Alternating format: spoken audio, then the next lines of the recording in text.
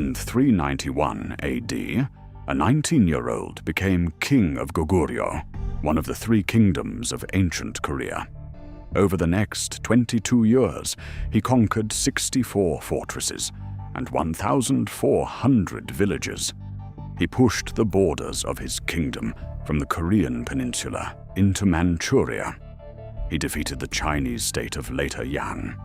He sent his armies into the territory that is now far northeastern China. When he died at age 39, he controlled a territory larger than any Korean ruler before or since. His name was Gwanggaeto. His official posthumous title translates roughly as the king who broadly extended territory. He is one of the most celebrated figures in Korean history. He is also almost completely unknown outside of Korea. The reason for that is a mystery in itself, because what he built was extraordinary, and how we know about it is one of the most fascinating stories in East Asian archaeology. Stay with me, because this one reaches all the way to the present day. To understand Gwanggaeto, you need to understand the world he inherited. In the 4th century AD, the Korean peninsula was divided among three kingdoms: Goguryeo in the north, Baekje in the southwest, and Silla in the southeast. These weren't small polities.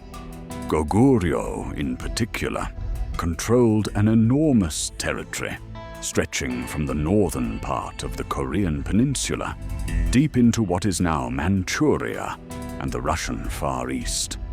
It had been a significant power in East Asia for centuries, but by the late 300s, Goguryeo was under pressure from multiple directions. To the northwest, the Chinese state of Yan, later called Later Yan, which controlled parts of what is now Liaoning province. To the south, Baekje, which had allied with Japan's Yamato court and was actively expanding northward. To the east, nomadic peoples pressing from the steppes. Goguryeo had recently suffered a serious defeat. In 371, Baekje forces had attacked the capital, Pyongyang, and killed the Goguryeo king in battle. This was the kingdom that 19-year-old Gwanggaeto inherited in 391. We know almost nothing about Gwanggaeto before he became king. The primary source for his reign, and the most remarkable document in Korean historical archaeology, is the stele erected by his son. It's a massive stone pillar, nearly 7 meters tall, inscribed with over 1,800 Chinese characters describing his campaigns and achievements. This stele was erected in 414 AD, 2 years after Gwanggaeto's death, near the Goguryeo capital of what is now Jian, in Jilin province, China.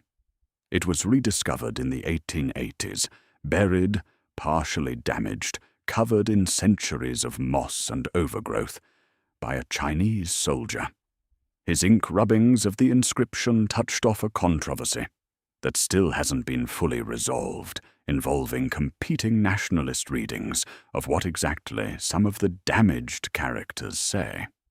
But even in the parts that are undisputed, the stele describes a campaign record that is stunning. In his first year as king, Gwanggaeto attacked Baekje. He attacked again the following year, and the year after that. Gwanggaeto's military strategy was consistent. Attack on multiple fronts. Don't give enemies time to recover. Convert victories into permanent territorial control. His first major campaign against Baekje in 396 was the most devastating Baekje had experienced. The stele says his forces crossed the Han River and captured 58 fortresses. The Baekje king submitted in person and offered hostages. In the north, he turned against the Khitan and other steppe peoples, neutralizing threats from that direction. In 400, came the event that most transformed the regional balance of power.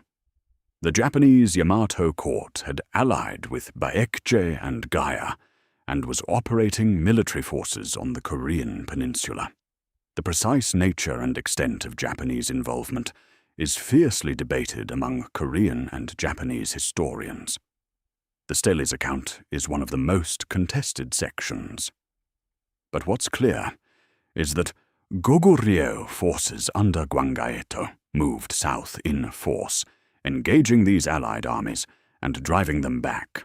Silla, in the southeast, which had been under pressure, sent an envoy asking for Goguryeo protection. Gwanggaeto sent an army. In 404, Goguryeo forces fought Japanese forces in what is now the coastal region of southern Korea. In 407, Gwanggaeto launched a major campaign west into later Yan's territory in Manchuria, capturing several major cities and pushing Goguryeo's western border significantly further into what is now China. He was fighting on 3 or 4 fronts simultaneously, year after year, and winning. The Gwanggaeto Stele is worth pausing on. It stands in Jian, China today, in a museum built around it to protect it from further weathering.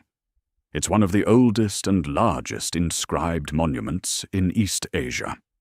When the Chinese soldier discovered it in the 1880s, ink rubbings were made and sent to Tokyo.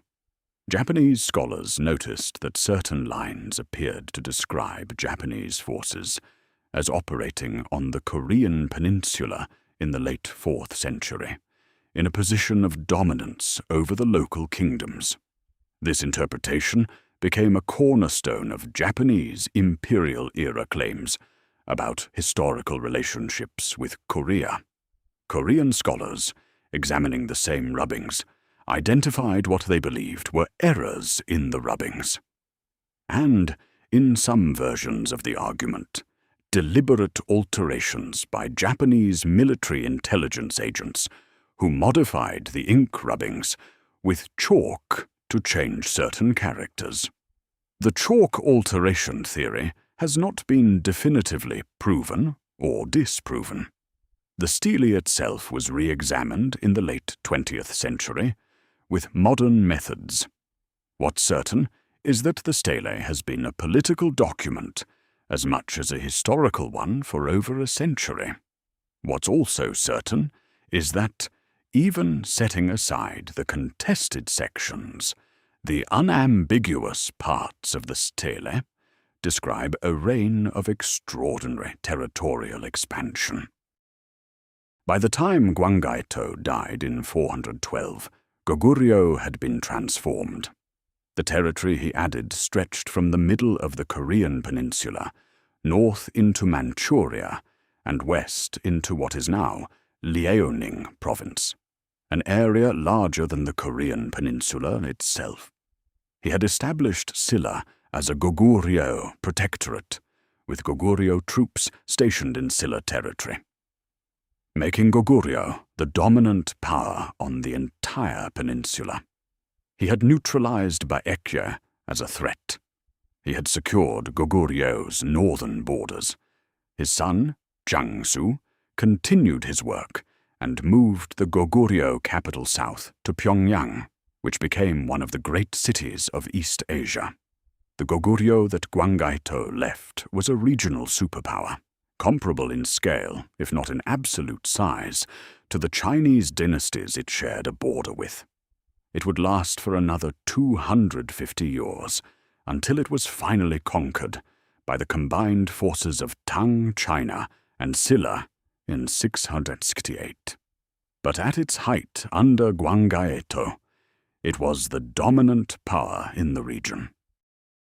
Why is Gwanggaeto the Great not more widely known outside Korea? Part of the answer is geography.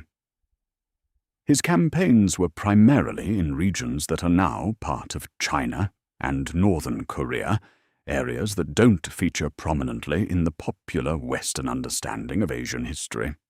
Part of it is the nature of the sources.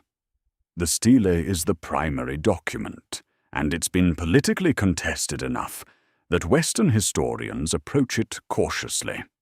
Part of it is the fate of Goguryeo itself. It was conquered and dissolved. Its records were scattered. The kingdoms that succeeded it in the Korean peninsula were Silla and later Goguryeo, which connected themselves to the Goguryeo legacy by name, but not by continuous institutional memory. Inside Korea, however, Gwanggaeto occupies a specific and significant place in national memory. His campaigns are a counterpoint to the narrative of a Korea that was always small and under pressure from larger neighbors. He's the answer to the question, was there ever a Korean kingdom that was the dominant power in the region? The answer, for about 22 years in the early 5th century, was yes. His stele still stands. His name is on Korean military vessels. The territory he conquered is now part of China. But the question of what Goguryeo was, and who has the right to claim its history, is still argued about today. This is the Dragon Throne. We cover the conquerors, dynasties, and forgotten empires of Asia, the ones history buried under later borders. Subscribe if this one surprised you. New episodes every